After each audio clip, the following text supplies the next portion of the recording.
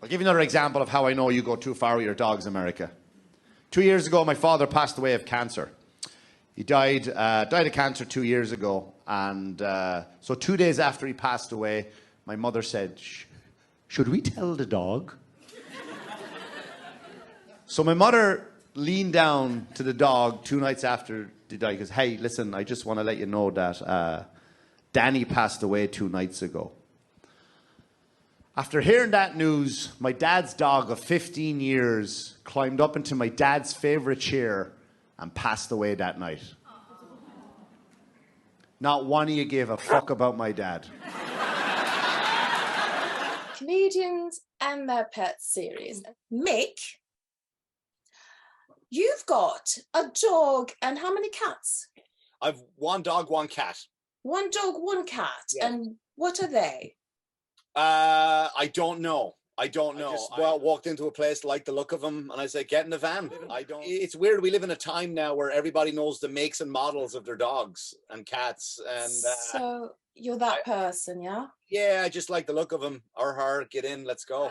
I don't look at the cat and I don't request a certain specific cat. If anything, the cat just ended up in the garbage one morning. We found it. The cat was in the garbage? Yeah.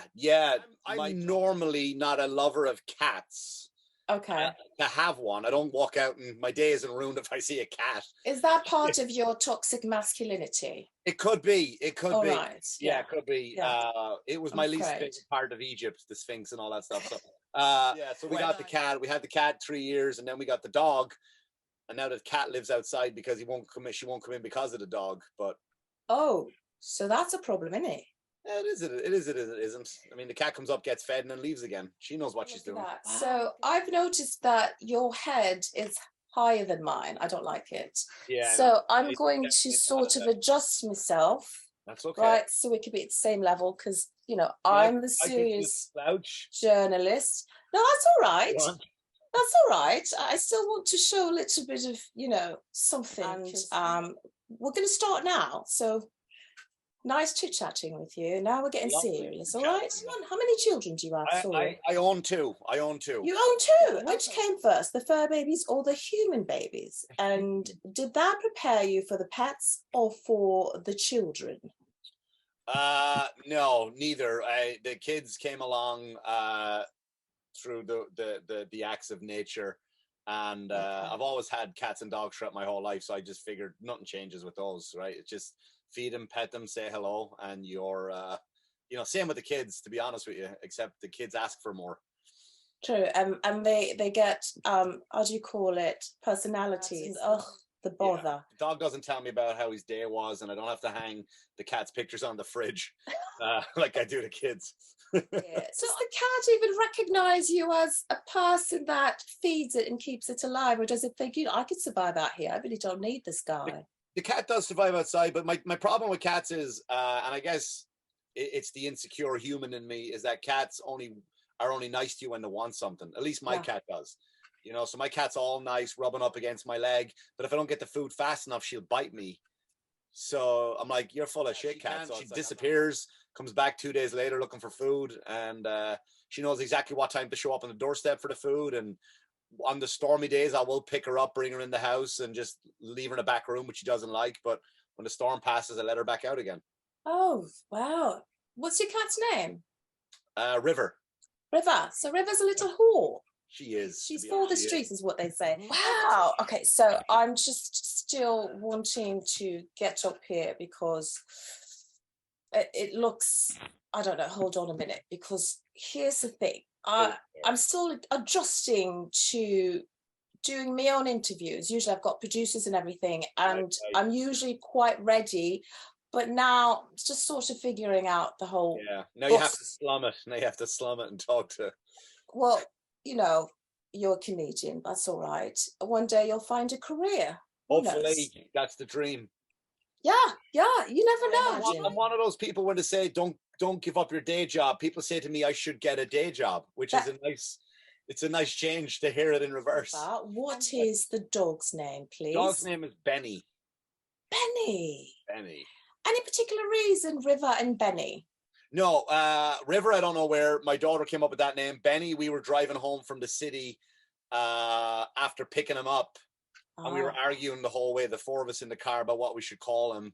And I just gave up, and my wife just gave up, and we're just, yeah, whatever, Benny, just, yeah, call it that then. Did you do better with the children's names? But we did not. We did terrible with the kids' names too. As well? Yeah. Okay, Yeah, sounds dysfunctional. I That's named them all sorted after out. Marvel characters.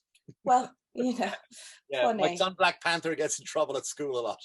Does he?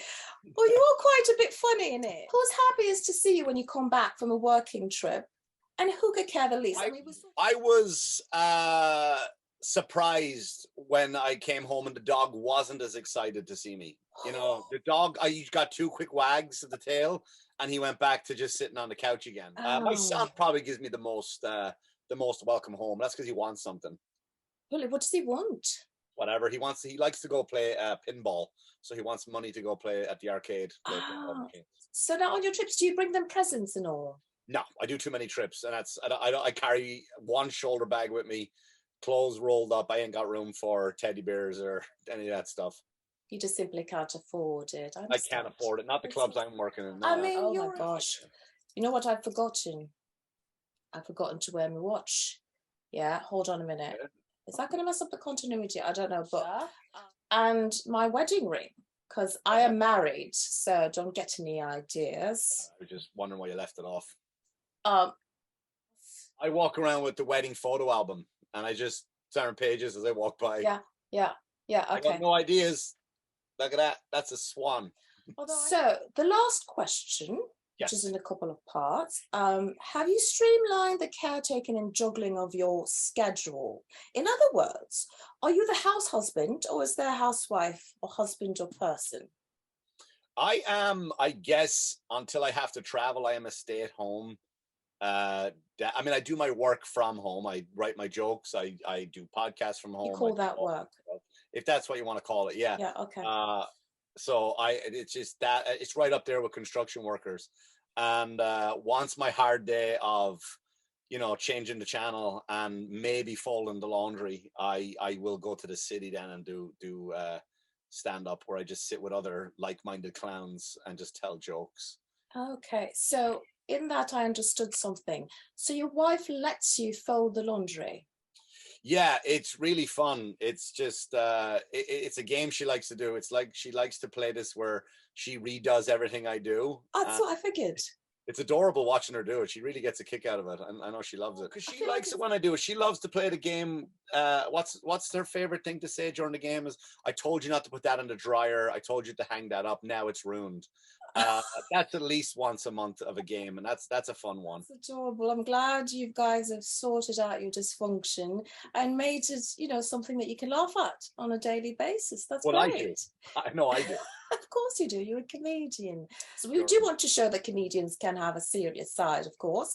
And we want to make sure that people know that comedians are people, actually. Because, you know, there's been a lot of violence towards comedians. And it's not one of the questions that I was going to pose, but how does that make you feel? You feel unsafe when you go on stage nowadays after what's been happening lately? I feel like there's a trend after one did what he did, not going to be mentioning it. Sure.